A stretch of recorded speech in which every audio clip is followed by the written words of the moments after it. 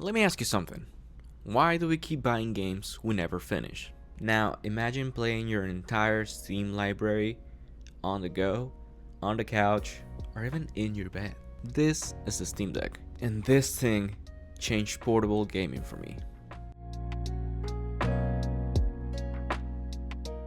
The Steam Deck is not only a handheld console, it's a PC running Steam OS, meaning that if you already have a PC with a lot of games on your Steam account, you can play them now portably wherever you want, whenever you want. You can install games, you can tweak the performance, you can mod it, you can emulate, and you can customize your Steam Deck as you like. And you can also stream your games. We'll talk about that in a little bit.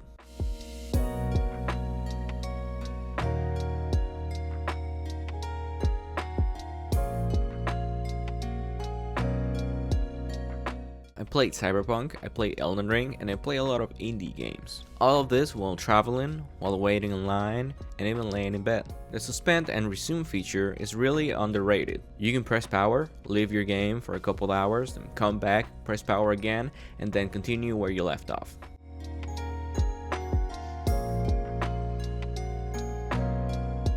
It's pretty much like console level Suspend. It reminds me when I play my 3DS, when I play my DS, even games like the PSP and other that I lock and I will just continue my game when I get home after 5 hours of school. That was pretty cool. So I feel like that's a great option if you don't have a lot of time and if you want to do little levels or if you want to do a couple missions before you leave work and then come back to them after you back home from work. And this is where it beats most handhelds.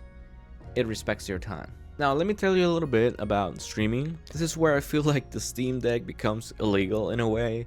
If you install Apollo on your computer and you get Moonlight on your Steam Deck, you can play all your library fully online via stream. Meaning that you can play games that the Steam Deck shouldn't even be running. You just need a good computer so you can play all your games in ultra settings and a good internet connection. It's fun and I can play a lot of my PC games on my couch using streaming with not a lot of latency.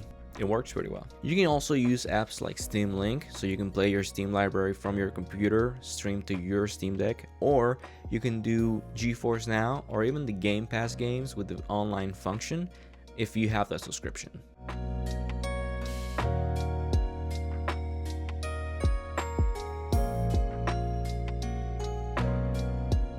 Now, let's talk about emulation. I feel like this is very important since the Steam Deck is a portable gaming PC in a way, and running Linux, it's amazing. I feel like the creators of the EmuDeck did a really good job with this. There's tons of tutorials online, there's a lot of YouTube videos, and EmuDeck really does all the work for you guys. EmuDeck setup is really simple and really easy to get done. You can get a big retro library on your Steam Deck if you get an SD card. What I do is that I have an SD card that I use for my AAA, AA games on my Steam library, and then I have another SD card that I use only for emulation. That way I can save a lot of space on my internal storage, and I have this SD card that I know that I have all my retro games on, and I can put on my computer if I want to load some ROMs on there. You can play a lot of consoles: Nintendo, PlayStation, GameCube, PS2, even PS3, all in one device. So yeah, this thing replaced like 5 consoles for me, and it also made me appreciate old games a lot more, which is crazy because now I'm playing Skyrim again after a while. I remember my game save lot was from 2016, which is crazy. And now I'm like, okay, I want to play Skyrim again on the go. It's a lot easier to play through that way. And also, I can stop, resume whenever I want, wherever I want. And these old games really don't take a lot of your battery life. I'm also playing Fallout New Vegas, which is crazy as well because I remember playing this on my PC years ago. And now I can just play it on my handheld. My inner 12-year-old is really happy. Now, SteamOS is the real MVP here because it gives you a lot of performance overlay, it gives you a lot of options to tune your TDP, and it gives you a lot of controller layouts. So if you want to play a game on PC that has only mouse and keyboard, you can do it with your Steam Deck. It's cool because you can change your controller layout from an Xbox 360 controller to mouse, and also you can mod and change a lot of the control settings, so you can modify your buttons as much as you like. And it lets you also connect controllers via Bluetooth, so if you have an Xbox One, Xbox Series X, or any PlayStation 5 controllers, you can also use them on your Steam Deck. That's pretty awesome. And Steam is about to release the Steam Machine, which I am really excited about.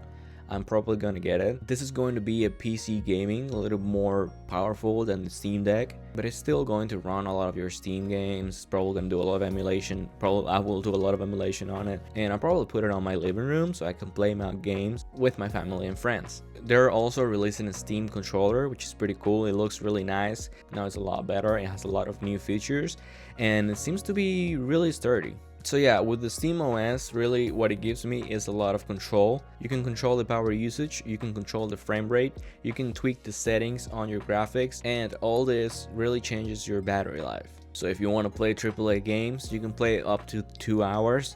And if you want to play indie or lower games, you can play them for more than 3 hours, 3 to 4 hours. It's really what you want to do.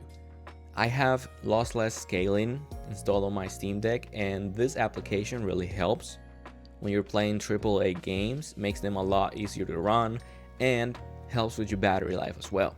And that's what I like about the Steam Deck, because other handhelds will give you Windows and then you'll have to figure it out. SteamOS really feels like it's made for humans, for you to customize as you like.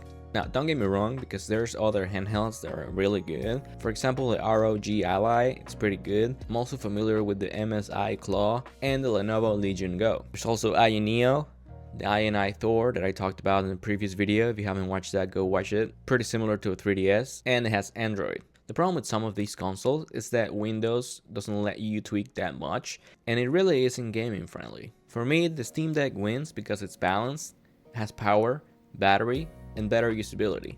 And now you can get a Steam Deck OLED, which has a lot richer colors on the screen and better blacks. Also adds a better battery to it. It's a little bit more pricey, but you can find them used as well. You can find them open box. Now, I would recommend buying them new from Steam, so that way you can get the full warranty. So now, this is where it gets interesting. The Steam Deck is a PC handheld. The Nintendo Switch is a console. That's gonna be pretty much a console first experience with a lot of Nintendo exclusives, which is cool too. Both can connect to your TV using a dock, but they have different goals and different strengths. So in my next video, I'm going to be comparing these two consoles, and I'll let you know what I like better, and I'll have you make your own conclusions. So yeah, the Steam Deck isn't perfect, but it's one of the most excited gaming devices ever made. Got it from pre-order when it first came out. I knew it was going to be a good console because Valve has a very good reputation, and I also have a lot of games on my PC, so I knew that I didn't need to buy games right away to play on my Steam Deck. It helped me because now I can play my games on the go. As I said, it's easy to just power, go, play, lock. It's really nice because it made me finish games again. And a lot of games that I didn't play growing up, for example the Arkham collection that I had on my Steam library for a while. I just started playing them and they're great, but I didn't know they were so good. I knew they were a little old, and that's why I hesitate to play on my PC, because the graphics are not up to date. But on my Steam Deck, they look amazing. But yeah, if you have a lot of Steam games and you want to play portably, I definitely recommend the Steam Deck. You know what to do now with that backlog of games. With the Steam Deck, you can also get a lot of accessories. I, for example, have the D-brand kill switch case and the D-brand skin. This one is a Robot City skin. It looks pretty cool, and it was really simple to install. The kill switch, on the other hand, is really cool because it lets me travel with my Steam Deck as a case. I don't need an external case anymore. I can just put the screen cover on and I'm ready to go. And you can find them online for a very good price. D-brand is a recommended brand to buy from, and they have a lot of skins. They have iPhone, they have a Nintendo Switch. This is not a promotion. If they want to give me a sponsor, that'd be great, but you can get them for a good price, and I'm in love with their marketing. So yeah, if you enjoyed this video, go ahead and like, subscribe, and comment what you think about the Steam Deck. What games are you playing, and what games would you like to play on your Steam Deck? Stay tuned for the next video because I will do a Nintendo Switch versus Steam Deck comparison. See you in the next one.